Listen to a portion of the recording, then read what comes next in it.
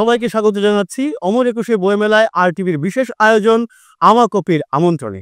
আজ আমার সাথে আছেন এ সময় একজন গুরুত্বপূর্ণ কবি উম্মে রায়হানা। রায়হানা কেমন আছেন? ভালো। উম্মে রায়হানার নতুন কবিতার বই এবার বইমেলায় প্রকাশিত হচ্ছে, ঐতিহ্য করছে বই। বইটার নাম কি, কিভাবে বইটা পরিকল্পনা করলেন? বইটার নাম একটু কঠিন, খটোমটো একটা নাম, মাংসাশী ধুতুরার ঘ্রাণ। এটা কিভাবে তৈরি করলাম, তৈরি হয়ে গেছে আসলে। মানে বিষয়টা কি, অনেক লেখা হয়ে গেছে তো সবাই খালি বলে বই করো বই করো, আমার তো বই করা হয় না। তারপরে তখন আমি করতাম কি, যে একসাথে জড়ো করে করে অনেককে পাঠায় রাখতাম, তোমাকেও পাঠায় রাখা আছে। তো এরকম হইতে হইতে তারপর সবাই আমাকে অনেক পেয়ে বসলো। তো আমার বন্ধুরা মানে এক ধরনের তৈরি করে ফেলছে বিষয়টা আর কি। তোমার কবিতা লেখার শুরুটা আসলে কিভাবে হয়েছিল এবং কোন মুহূর্তে তুমি বুঝলা যে কবিতা যে একটা মাধ্যম, এটা তোমার মাধ্যম? এইটা খুব মজার। আমি হচ্ছে এখানেই ইউনিভার্সিটিতে আমার সেকেন্ড মাস্টার্স করতেছিলাম। তো তখন পড়াশোনার অনেক চাপ ছিল, আবার তখন আমি অলরেডি বিবাহিত, আমার সংসার, বাচ্চা আছে, থিসিস, এটা ওইটা, বাচ্চার স্কুল। তো তখন কিছু পড়তে পারতাম না, পড়া মাথায় ঢুকতো না। তখন আমি অনেক কবিতা পড়তাম। তো তখন অনেক কবিতা পড়তেছি, এই জন্য কবিতা লেখা আসতেছে তো লিখতেছি। আর তখন তো একটা সুবিধা ছিল যে পত্রিকায় বা কোনো লিটল ম্যাগাজিনের কারোর সাথে বন্ধুত্ব করতে হবে না, পত্রিকায় পাঠাইতে হবে না, তুমি ফেসবুকে জাস্ট দিয়ে দিলা, তোমার কবিতা হয়ে গেল। ফেসবুক একটা কারণ, মানে ধরো আমার কবি হয়ে ওঠার পিছনে। বা ফেসবুকে ক্রেডিট। হ্যাঁ, এইটা জানতে চাই যে কখন তোমার মনে হলো তুমি নিজের স্বর বা নিজের কণ্ঠটা যে তুমি চিনতে পারলা যে এইটা আসলে আমার কবিতা এমন? কবিতায় যে আমার জীবনের একটা প্রধান প্যাশন বা কবিতায় আমার অবলম্বন বা কবিতায় আমার মাধ্যম, এটা আমি খুব রিসেন্টলি বুঝতে পারছি। আরো আগে যখন ধরো আর আমি 10-12 বছর ধরে লেখালেখি করি, কবিতা আমি 10-12 বছর ধরে যখন লিখতেছি এবং ওইটা সাস্টেইন করে যাচ্ছে আমার সাথে। আর কবিতা লেখা তো সহজ, ধরো এত সরঞ্জাম লাগে না, তোমার ক্যামেরা লাগবে না, লেন্স ঠিক করতে হবে না, তুমি কাগজ কলম লাগবে না, এখন ইভেন ফোনের মধ্যে লিখে ফেলা যায়, অনেক সহজ। ওই কারণে কবিতা লেখাটাও হয়েও গেছে এবং এখন মনে হচ্ছে যে এত লেখা হয়েছে, এগুলো তো মানে আসলে থাকা উচিত।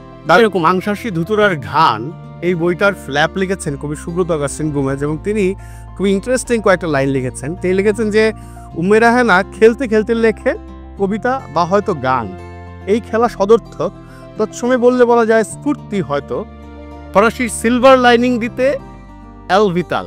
বস্তুত এই মানে এলভিতালের সাথে তুলনা করছেন আসলে।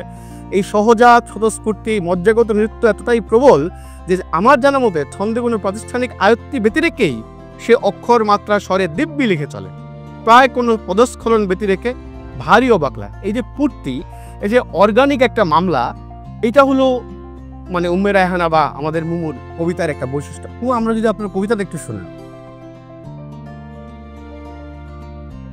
লেখাটা একটা সহজ সরল লেখা আর কি। নাম হচ্ছে হৃদয় খুব প্যারা, অপেক্ষা শেখায় কবিতা শব্দেরা, প্রেমের ভান ধরে হৃদয় ঘাটতেরা, শহর খুব ফাঁকা, ছুটির দিন আজ, সন্ধ্যা ঘন হলো তবুও ব্যাট বাজ, জীবন ক্ষয়ে যায় আজও গান গাই, শুনতে নক দিস যখন অনলাইন। বা মানে এটা কি আসলে প্রেমের অপেক্ষা বা প্রেমিক আসলে কবিতা লেখায়? হ্যাঁ, তো লেখা তো কবিতা লেখার মধ্য দিয়ে তো আসলে একজন কবি পাঠকের সাথে যোগাযোগ স্থাপন করে। এই যোগাযোগটা আসলে নিজের অস্তিত্বকেও আসলে প্রকাশ করে। মানে এটাকে কবি হিসাবে তুমি কিভাবে ফিল করো? এটা আমি ফিল করি যে ওটাই তো যেটা বললাম আর কি, যে মানুষ মাত্রেই বা লেখক মাত্রেই তো নিজেকে প্রকাশ করতে চায়। তো আমার ধরো নন ফিকশন লেখারও অভ্যাস আছে, আমি কলাম টলাম লিখি, তুমি জানো। তো ওই মাধ্যমের মধ্যে কবিতা সব থেকে অনেক বেশি শক্তিশালী।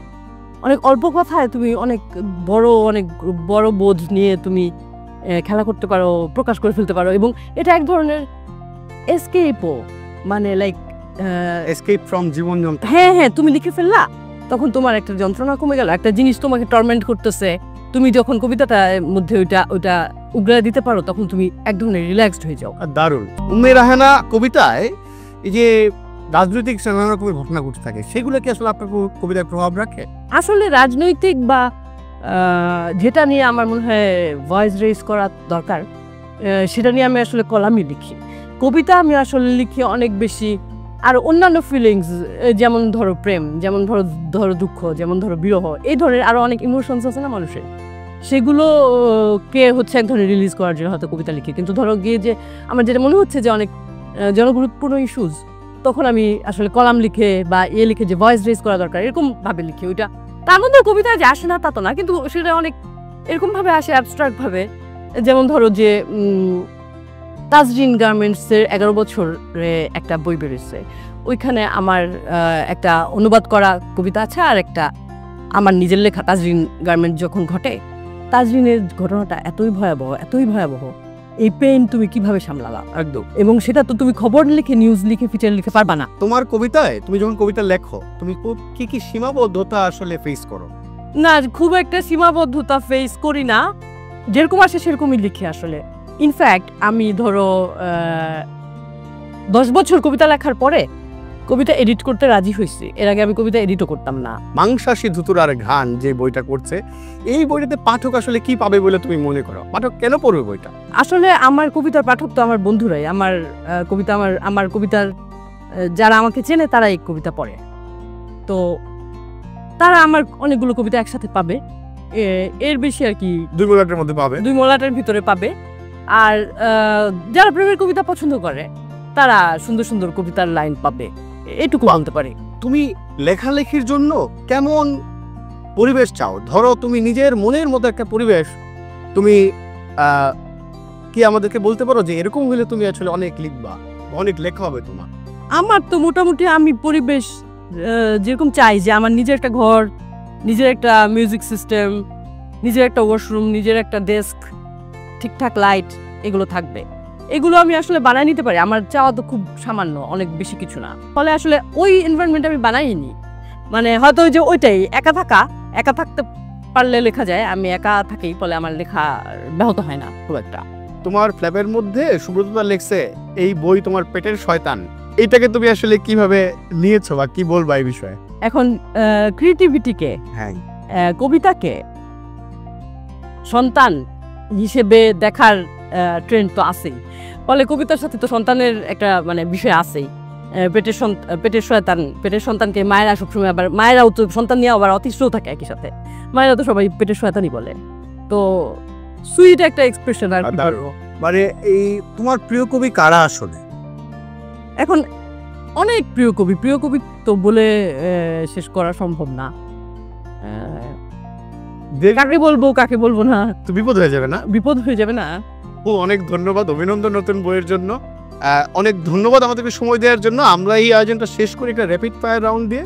আমরা যাব উম্মে রায়হানের সাথে র্যাপিড ফায়ার রাউন্ডে। এই রাউন্ডে তোমাকে যেই শব্দগুলো বলা হবে সেটা নিয়ে তোমার মাথায় যা আসে তাই বলবা, দেরি করা যাবে না, দ্রুত বলতে হবে, কারণ 90 সেকেন্ডের মধ্যে পুরো ব্যাপারটা ঘটতে হবে। প্রথম শব্দ প্রেরণা। অনেক, বহু। প্রিয় শব্দ প্রভু। প্রিয় রং হলুদ। যে মৌসুমে বেশি লেখো? এরকম কিছু নাই। প্রিয় সাহিত্যের চরিত্র? অনেক তো, মানে হঠাৎ করে। প্রিয় গান? এটাও তো অনেক। লেখার জন্য প্রিয় জায়গা? নিজের ঘর। লেখার সময় পছন্দের খাবার বা পানীয়? দুধ, সিগারেট। সবচেয়ে বেশি লিখেছো কোন জায়গায়? এরকম কিছু নাই, মানে সব জায়গায় একই রকম। চলচ্চিত্র যা প্রভাবিত করেছে? কাঞ্চনজঙ্ঘা অনেক প্রিয়। উম্মে রায়হানা কবি। পিতৃত্ব? সুন্দর। মাতৃত্ব? পেইন। যৌনতা? অবশ্যম্ভাবী। অপছন্দ করি? বিড়াল। যা বলতে চাই জোরে? সব কথাই জোরে বলি আমি। অনেক ধন্যবাদ আমাদেরকে সময় দেওয়ার জন্য। প্রিয় দর্শক, আমরা কথা বলছিলাম অমর একুশে বইমেলা উপলক্ষে RTVর বিশেষ আয়োজন আমার কফির আমন্ত্রণেতে কবি উম্মে রায়হানার সাথে।